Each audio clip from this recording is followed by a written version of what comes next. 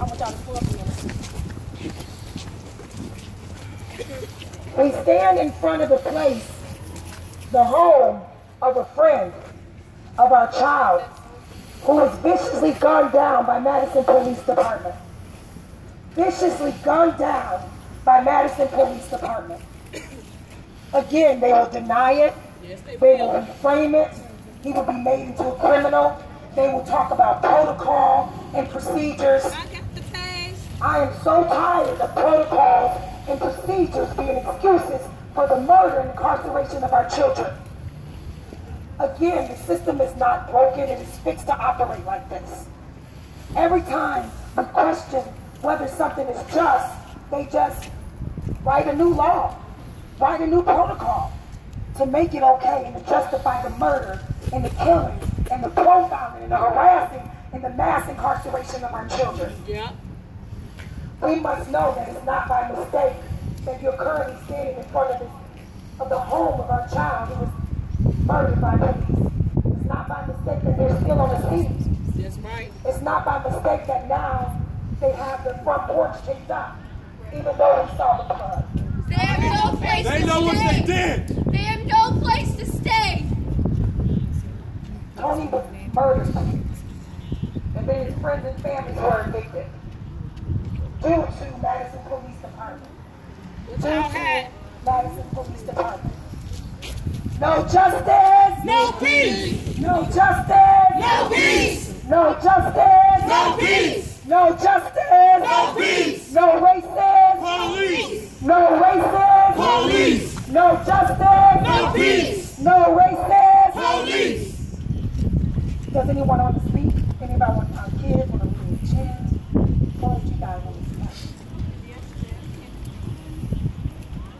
What do we want? Justice. When do we want it? Now. What do we want? Justice. When do we want it? Now.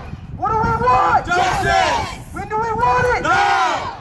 For who? Tony Robinson. What's his name? Tony Robinson. What's his name? Tony Robinson. What's his name? Tony Robinson. Who got murdered? Tony Robinson. Who did it? Police.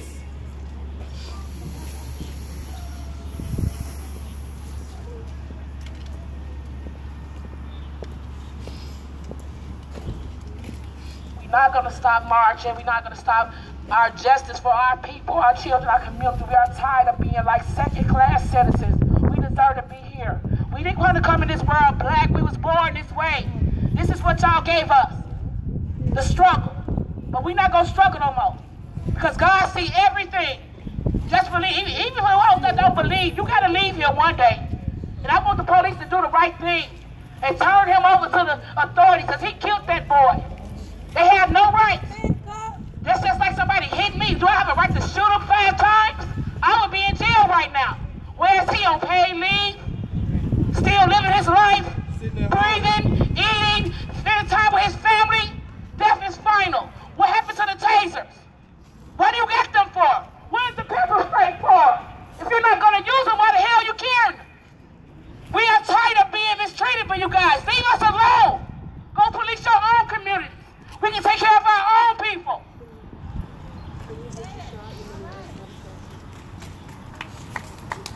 I'm going to get on here and talk because I have 2 young boys that have to grow. And it's going to be hard for my